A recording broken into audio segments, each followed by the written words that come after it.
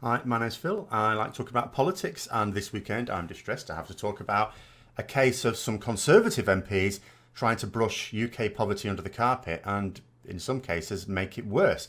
So, this weekend we had our comic relief event. It's a two-yearly charity telethon which began while I was growing up in the 80s in the wake of the famine in Ethiopia, which also spawned Band Aid and the more globally famous Live Aid, except this time it's organised by, as the name suggests, comedians. Every 2 years, we all put on our red noses and raise money to send to Northern Africa, as well as for projects around the UK. And this Friday, just gone, £63 million was raised for these causes. Now, cause for celebration, you would think that there's a charity in the country and a real desire to help others in need. But it's actually something to be attacked if you're, well, one of this group of Conservative MPs at least, who took exception to the campaign shining a light on the terrible poverty on display in the UK. They even had the Daily Mail attacking it for them as well, one of those vile media outlets in Britain. They even suggested that the comic relief programme was a TV advert for Jeremy Corbyn. Well, I never thought I'd live to see the day when the Daily Mail had anything really good to say about a Labour leader, much less Jeremy Corbyn, acknowledging that the country is only going to see a reduction in poverty by making him Prime Minister. That the Labour Party is the route to reducing poverty, if anything. And when I say, the poverty, well, we're not just talking about the very poorest, that exist everywhere. And, even under Labour governments, you don't abolish poverty. We're even talking about those who earn a living. So in 2010, when the Conservatives took office, there were tens of thousands accessing food banks. Now, there's both good ways to look at that and bad ways to look at it. It's terrible that anyone in such a wealthy and developed society should have to rely on charity in this way. That's on the one hand. We have this notion in the UK, pushed by the very Tories that are attacking comic relief now, that charity to the poor is for third world countries. Aren't we nice? Helping those less fortunate than ourselves living in the desert. But the idea that desperate poverty like that exists in the UK doesn't fit with their plan. Yes, we have poor people, but to them and the readers of their obnoxious tabloids, the poor are people without jobs, but still nonetheless manage to have mobile phones, smart TVs and the latest trainers for their kids. A myth spawn to allow them to justify stealing money from social services and welfare and demonise the most vulnerable in society, or they're just lazy, or they can somehow afford all this stuff. But the very idea that tens of thousands could even get access to food banks was down to the generosity of ordinary people donating money, food and their time to make it a reality. Now, I often wonder how such a caring country ever elects such monsters to Parliament.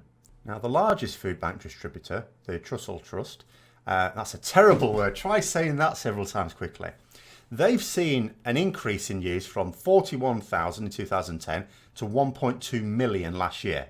And it's not just those out of work that are accessing these food banks. People in full-time work and even skilled full-time work are having to do so. So someone, for example, on a teacher's or a nurse's wage, where I live will be okay, But in the much more expensive regions of the UK, namely London and the surrounding areas, those wages have seen such professionals having to access food banks themselves at times. The wages are pretty much set nationally, with the exception of an embarrassingly small London alliance. So, it's often impossible to live on those wages in those most populous parts of the country.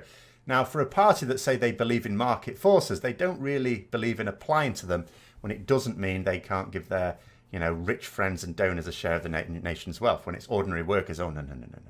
We don't pay them more just because we need them more. Now, increased use, of course, doesn't necessarily mean increased demand. The notion of food banks on the scale well, any sort of scale is relatively recent. Of course, we've always had charity of this kind for going back many centuries. But on this sort of scale, having facilities rolled out across more of the country would mean that more people would have access to them that would have needed them before as well. So more access, of course, is going to mean more take-up, even if the demand were the same. But that being said, when you look at individual centres, the demand has also massively increased over those last 10 years. And the fact that so many people need these food banks, and it's realistic that not everyone who needs them as a supply gets them, because that supply is not infinite, means the real number may be far greater. And these are people who do not get benefits to cover these costs. Some of them are on a full-time wage. And the Tories would simply say, well, it would be lovely to do everything, but we only have limited resources. Well, if every single one of those 1.2 million people having to access a food bank at some point last year were given a share of the £2.7 billion that Chris Grayling has pissed up the wall in 2 different departments very recently, that would be over £2,000 each. So the idea that our taxes could go much further to reducing poverty is not only plausible, but it's obvious. Stop giving public money to people who already have enough, and stop letting the super wealthy avoid paying their fair share of taxes. And we'll soon see the gap between rich and poor coming down, and a far more prosperous nation as a result. You will still have the rich. No one's talking about stopping rich people being rich. Just pay their fair share. Now, as a teacher, I have been brought face to face with crushing poverty time and again. It's something we need to be extremely sensitive to, and I understand how Tory MPs wouldn't actually understand it in a way. As teachers, we receive regular training on a range of issues, and one is certainly sensitivity to how certain behaviours in students might be explained by poverty. After all, as I said, where I live, the teacher's wage is all right. It's okay. I'm not really going to be aware of the effects of crushing poverty unless it's shown to me.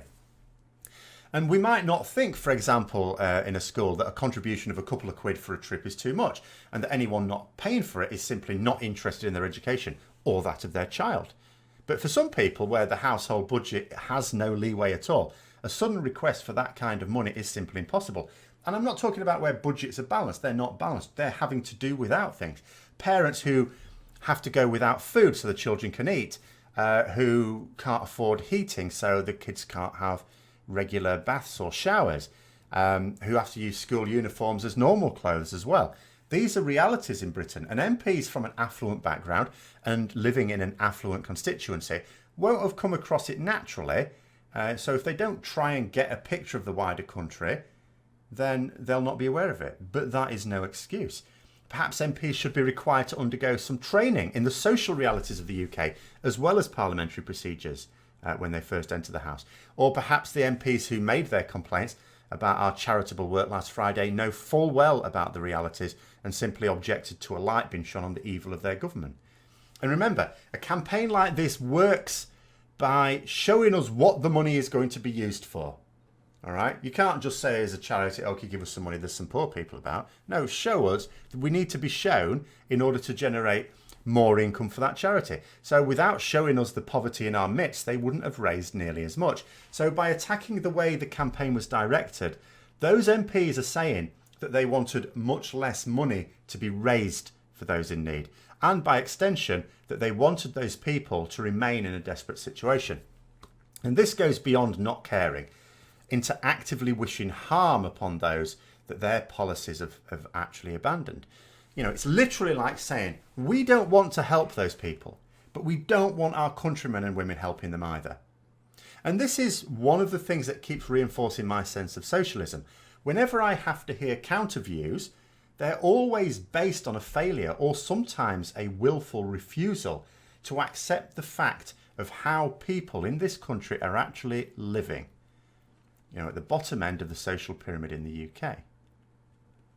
So personally, I think it's absolutely disgraceful this charitable event is being attacked.